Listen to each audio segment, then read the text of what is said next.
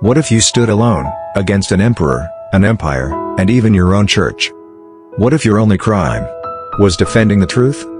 This is the story of Athanasius of Alexandria, the bishop who defied emperors, exposed heresy, and stood firm contra mundum, against the world. 5 exiles, countless enemies, one unshakable faith.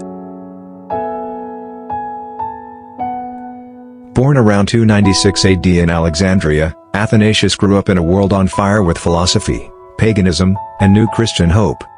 He wasn't born into power, but into purpose. As a child, he read scripture in Greek and Coptic. As a teen, he debated theology with priests. The Bishop of Alexandria saw in him something rare, wisdom and courage. And when false teaching rose, the boy would become the church's sword.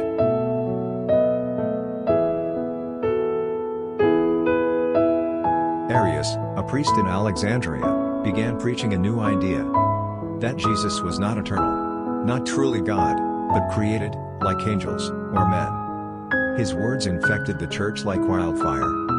In 325 AD, Emperor Constantine called the Council of Nicaea. Bishops came from across the empire to answer one question: is Jesus Christ fully God, or something less? Athanasius, though just a deacon, stood boldly. The Son is of the same essence, homoousios, with the Father.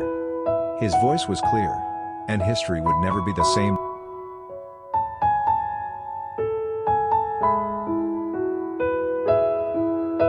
At just 30 years old, Athanasius became the Patriarch of Alexandria. But victory brought danger. The Arians weren't finished. They had allies in Rome, Antioch, and the imperial palace. They accused him of violence, corruption, and even black magic. One lie claimed he killed a bishop and cut off his hand for sorcery. Athanasius shocked the emperor by presenting the dead bishop alive and unharmed. But the truth didn't matter. The emperor exiled him anyway.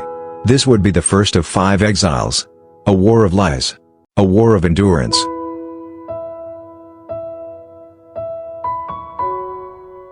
In the wilderness, Athanasius found the Desert Fathers, monks who lived in caves and prayed without ceasing. With Saint Anthony the Great, he found a kindred spirit, fearless, holy, unshaken. While emperors schemed, Athanasius wrote. His books, like On the Incarnation and the Life of Anthony, shaped Christianity for generations. In hiding, he became a builder. In exile, he became a foundation.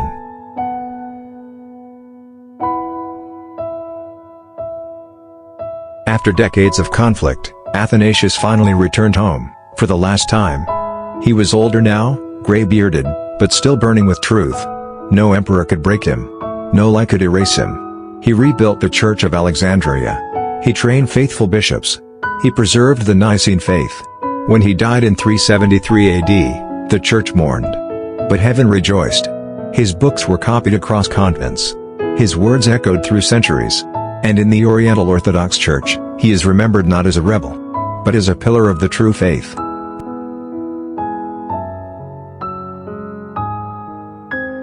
They called him Athanasius contra mundum, Athanasius against the world.